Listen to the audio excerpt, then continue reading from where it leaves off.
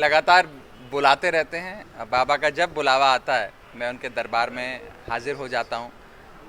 बाबा का बहुत बड़ा भक्त हूँ और बाबा हर व्यक्ति के जीवन में खुशी और शांति देने का काम करते हैं और मुझे लगता है कि यहाँ आकर जितनी शांति मिलती है, जितना मन शांत होता है, जितना खुशी का सुख का अनुभव होता है, शायद ही ऐसा अनुभव कहीं होता हो। तो मैं तो बहुत बड़ा भक्त हूँ, इसलिए आता रहता हूँ और बाबा का बुलावा आया था इसलिए आया। आप सबको भी ओम साईं राम।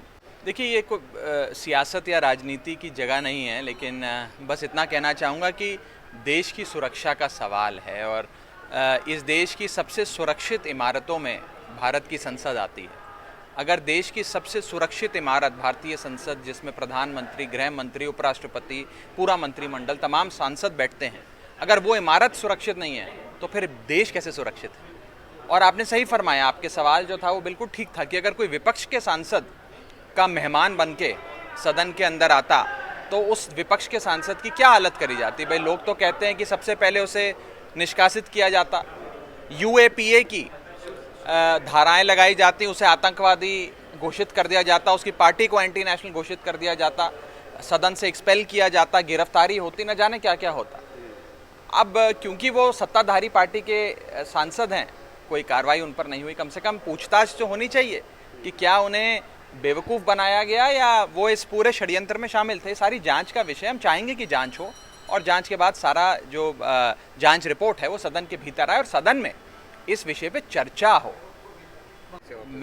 मेरी फ़्लाइट मिस ना हो जाए इसलिए जल्दी मैं आया हूँ, क्योंकि मैं वाया इंदौर आया हूँ, डायरेक्ट फ़्लाइट का कनेक्शन नहीं मिला, तो बस ख़त्म करके अब सीधा एयरपोर्ट भागूंगा। कहीं वापसी की फ़्लाइट ना मेरी छूट जाए। कल सुबह पार्लियामेंट में अपनी हाज़िरी लगानी है, पार्लियामेंट का सेशन है, तो जल्द से जल्द दिल्ली पहुंचने का प्रयास करेंगे। दोनों कपल साथ में आते हैं, आपका कब? बहुत जल्द आएंगे, बहुत जल्द आएंगे। क्या प्रार्थना की है? बहुत जल्द आएंगे। Thank you. आप भीड़ भाड़ में चले गए,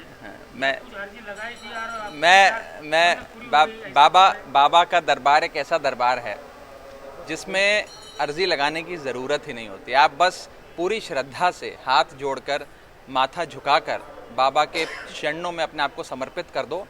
आपको जो जीवन में चाहिए और जो बाबा समझते हैं आपके लिए अच्छा है, वो बाबा अपने आप दे देते हैं, तो कुछ मांगने की ज़रूरत ही नहीं पड़ती। अगली बार परमिट दीजिए आपके साथ। मैं बिल्कुल लाएंगे जी। Thank you. एक फोटो।